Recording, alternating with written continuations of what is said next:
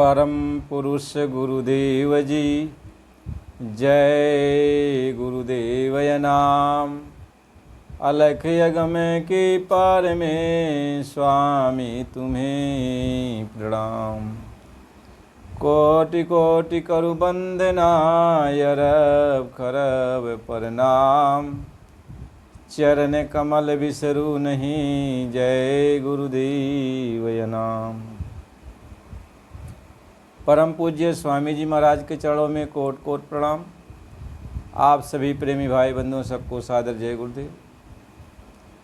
आज का ये सत्संग है कि जब भगवान रामचंद्र जी शिव धनुष को तोड़ दिए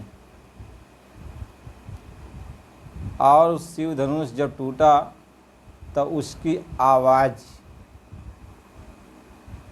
त्रिलोक में सुनाई पड़ी।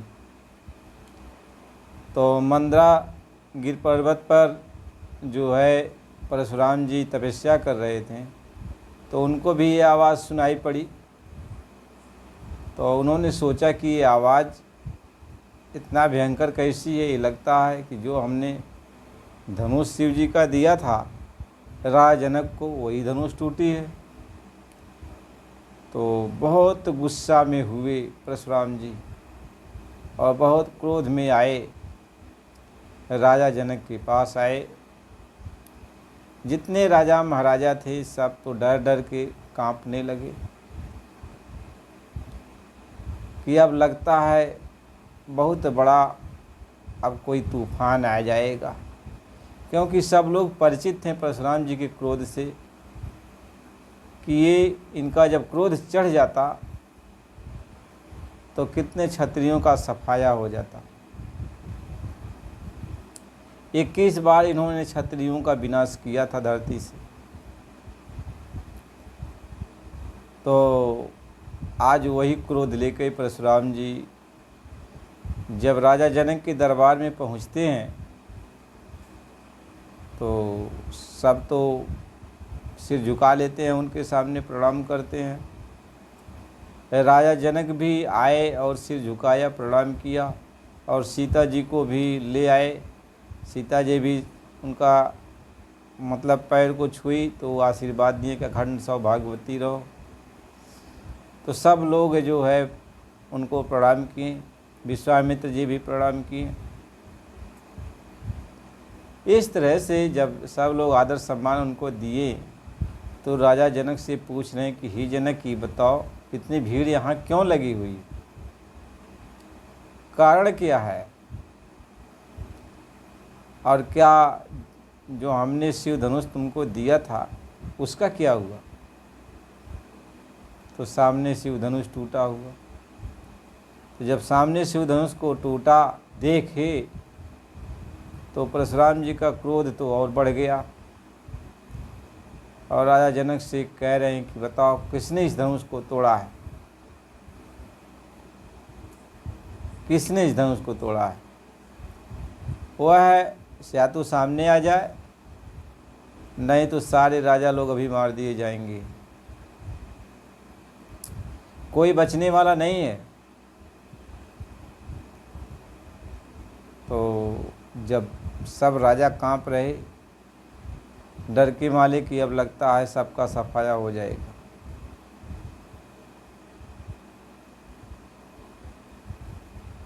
तो आप सोचोगे क्यों सबको राजा को मार देते। तो परशुराम जी का जो फरसा है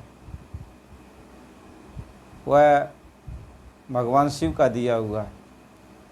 जब वो फरसा चलता है तो कोई अस्त्र शस्त्र उसके सामने काम नहीं करता, वह दुश्मन को मारकर ही लौटता है। तो सब लोग कांप रहे थे कि कहीं इनका फरसा चल न पड़े। तो भगवान राम सबकी वेदना को देखकर, सबके दर्द को देखकर, सीता जी के दर्द को देखकर, राजा जनक के दर्द को देख, सबके दर्द को देख करके भगवान राम उठे और हाथ जोड़ करके परशुराम से कहें कि नाथ शंभुधानु भंजनिहारा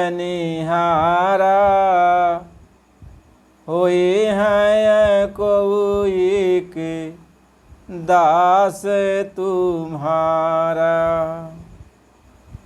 कहें स्वामी, हे प्रभु, यह आपके शिव के धनुष को तोड़ने वाला आपका कोई एक सेवक ही तो होगा, आपका दास ही तो होगा। बिना आपके सेवक के, बिना आपके दास के यह भला शिव धनुष को कौन तोड़ सकता है? कौन तोड़ सकता? आपका सेवक ही तो तोड़ सकता है, दूसरा तो कोई नहीं तोड़ पाएगा। किया यह सुका है कहिए कि न मोही, सुन रे साई बोले मुनि को ही।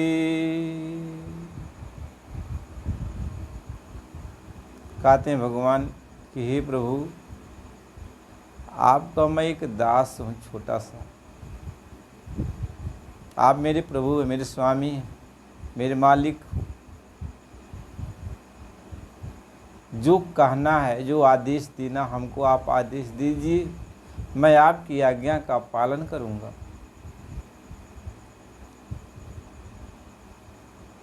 तो परशुराम जी कह रहे हैं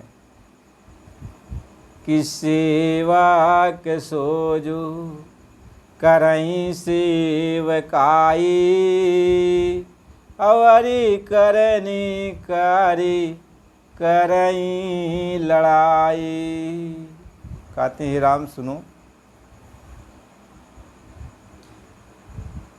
जो सेवक होता है वो तो सेवा का काम करेगा ना, कि जैसे दुश्मन काम करे वह काम करेगा, वो दुश्मनी करेगा। आप बताओ राम, सेवक तो सेवकाई करता है। अब आप ही सोचो राम कि जो ये शिव की धनुष को तोड़ा होगा वो आखिर मेरा दुश्मन ही, क्योंकि मेरा यह शिव धनुष तो भगवान शिव ने हमको दिया था, तो मेरा था।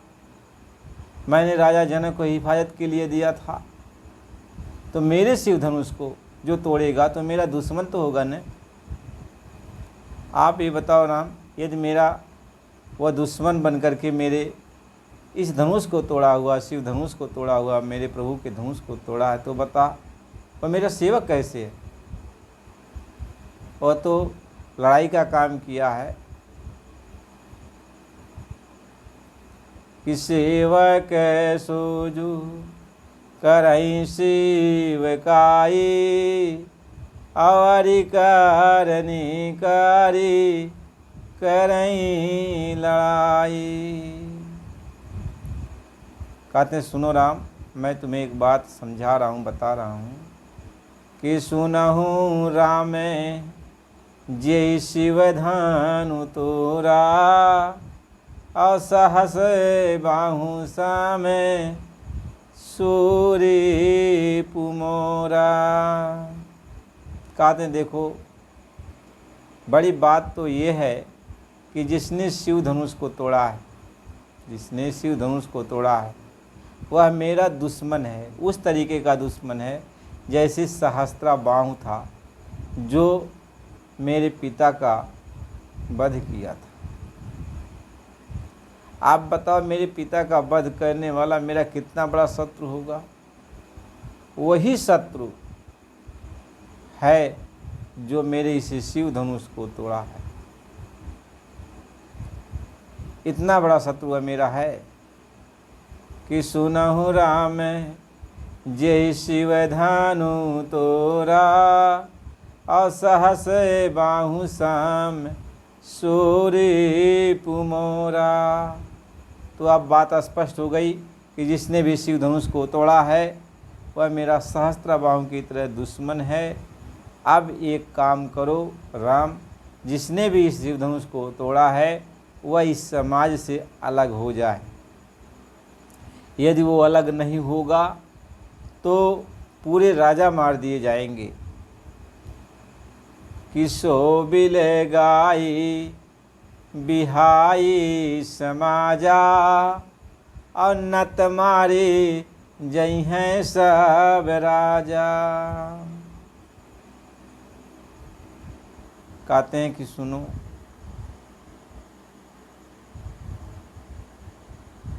यदि वो इस समाज से अलग नहीं होगा तो सारे राजा मार दिए जाएंगे, मार दिए जाएंगे। तो लक्ष्मण जी वहाँ पर थे बैठे, तो लक्ष्मण जी हंस दिए, हंस दी। उनकी इस बात को सुन करके लक्ष्मण जी हंस दिए कि लखन ने कहा हंसी हमारी जाना, और सुनहि देव सब धनुष समाना, और का क्षति लाभ जीर्ण धनु तोरी, और देखा राम नयन की भूरी। लक्ष्मण जी ने कहा कि मुनि, हम तो ये सोचते हैं कि सभी धनुष एक समान है, जितने भी धनुष इस संसार में सभी तो एक समान है, और ये पुरानी धनुष यदि टूट ही गई तो फिर आपको तकलीफ किस चीज़ का। इसको मेरे भाई प्रभु श्री राम जी, मेरे भैया ने तो इसको छुआ तक नहीं, सिर्फ आँख से देखा, आँख से सिर्फ देखा, छुआ भी नहीं है। और फिर ये धनुष टूट गया, तो बताओ दोष इसमें किसका है? इतना पुराना धनुष। और हमारे भैया ने, हमारे भाई साहब यानी रामचंद्र जी ने सिर्फ देखा, देखा राम नयन के भोरे, सिर्फ देखा, कह छुअत टूटे रघुपति न दोषु, अमुनि बिनु काज करिय के तरोसु। कहीं ये बताइए। अब तो आपको मैं बता दिया, मेरे भाई साहब भगवान श्री रामचंद्र जी कहते हैं बस उन्होंने तो इसको ऐसे आसपास से पता नहीं किया कि नहीं किया, अपने आप ही टूट गया। तो उनको, उनका इसमें क्या दोष है? इतना पुराना धनुष, और बिना आप किसी कारण के यहाँ इतना बड़ा जो है रोष क्रोध कर रहे हैं कि सब लोग, राजा लोग मार दिए जाएंगे। बताओ, अब आपकी बुद्धिमानी कही जाए कि आपकी होशियारी कही जाए, क्या कहा जाए? लक्ष्मण जी कह रहे हैं, कह रहे हैं कि छुअत टूटे रघुपति न दोषु, अमुनि बिनु काज करिय कतरुसु। तब तक जब इतना बात सुने परशुराम जी, तो लक्ष्मण के ऊपर क्रोध चढ़ गया और तिरछी नज़र गड़ा दिए लक्ष्मण के ऊपर।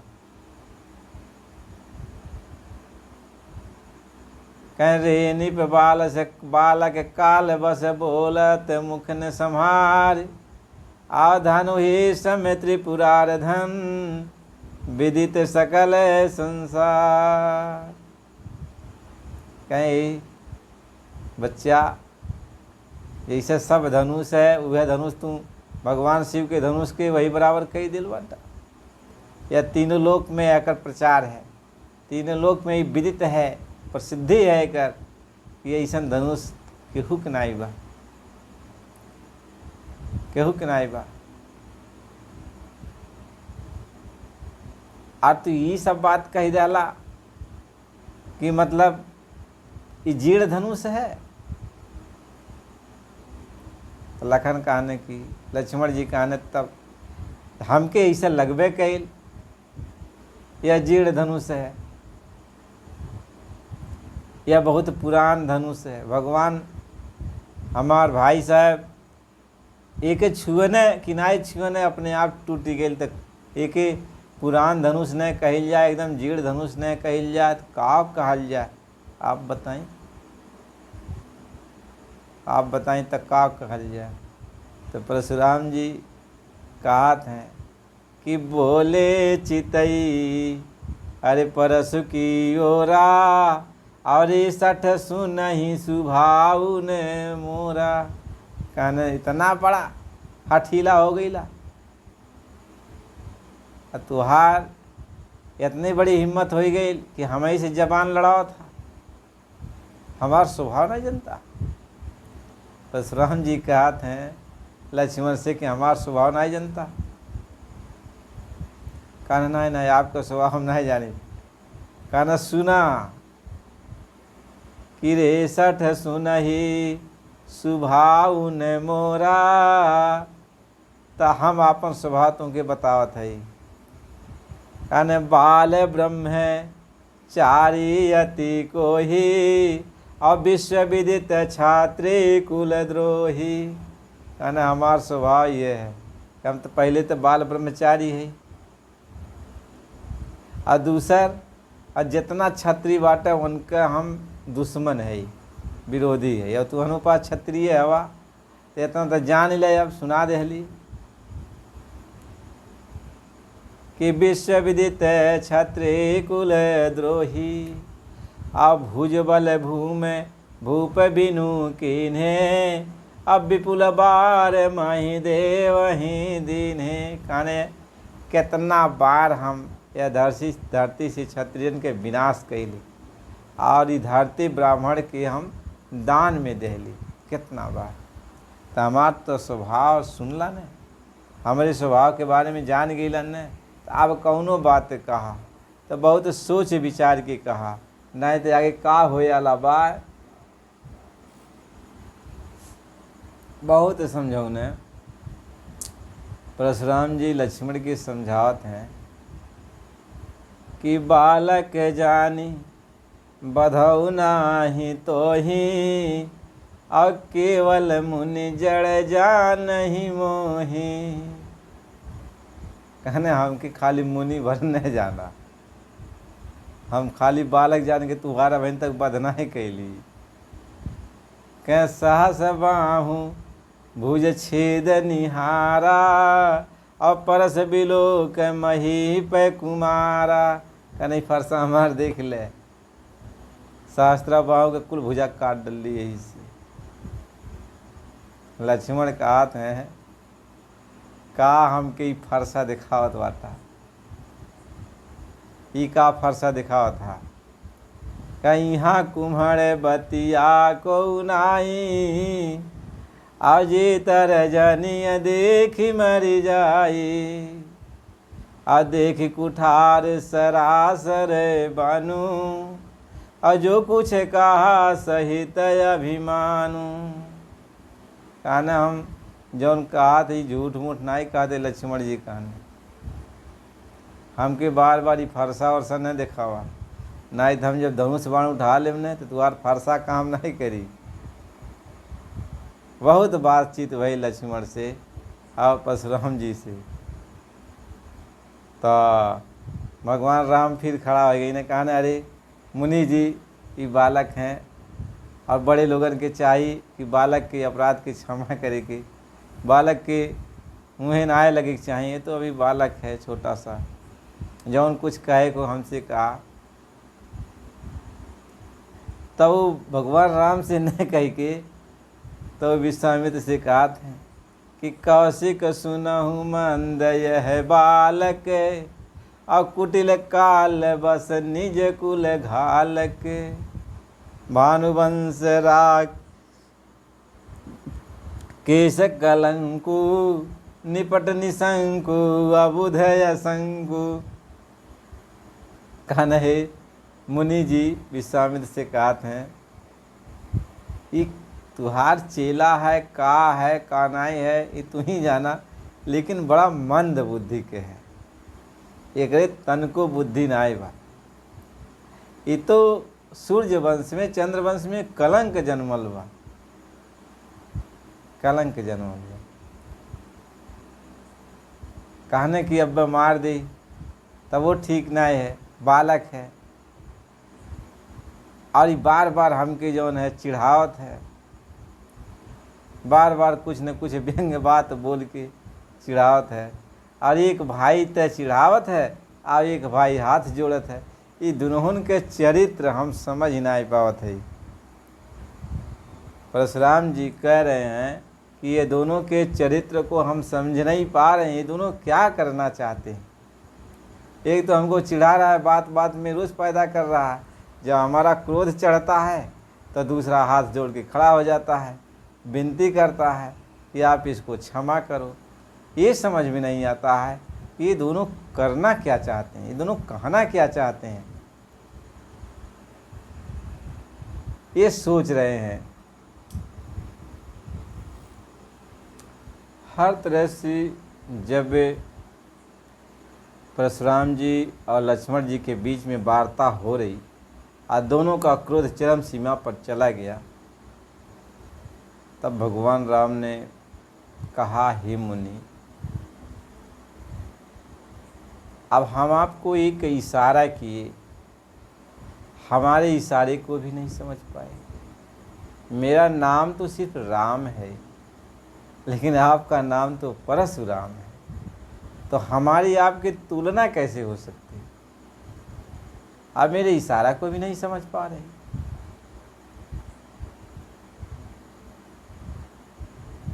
भगवान राम कहते हैं कि यदि मैं अपने पर उतर आऊँ हे भृगुनाथ, तो ऐसा कोई नहीं जो न नवाए मात।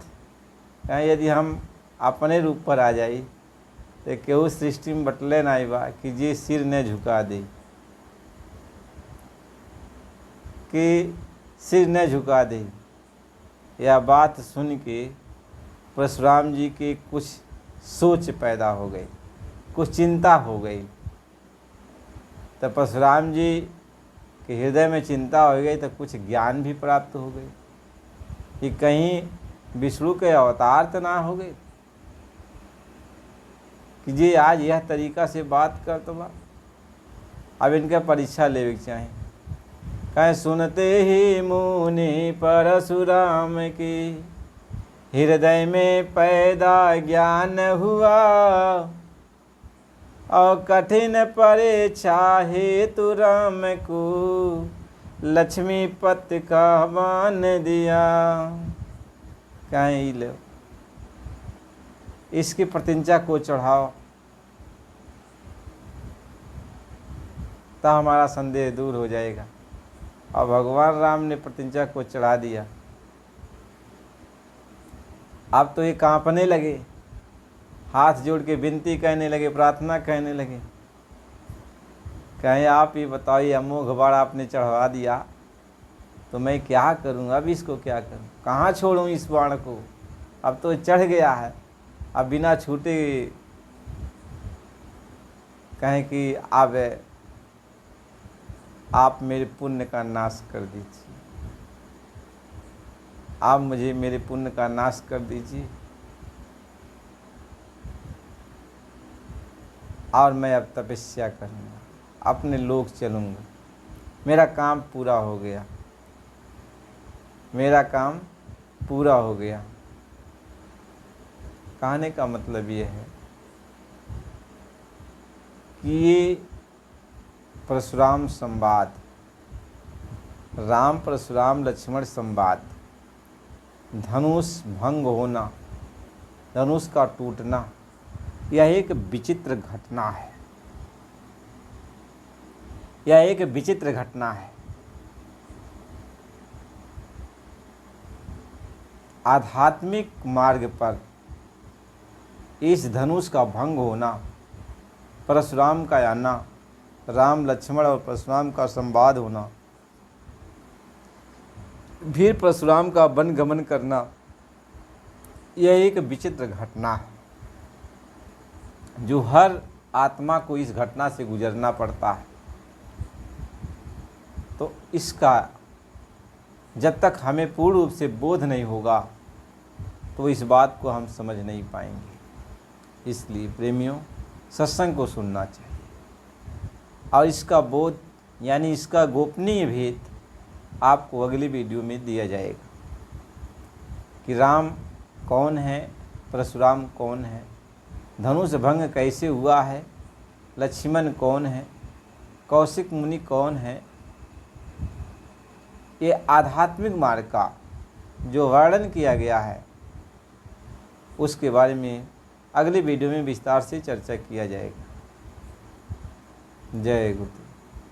आप नए हो तो चैनल को लाइक करो, सब्सक्राइब करो और सत्संग को आप सुना करो।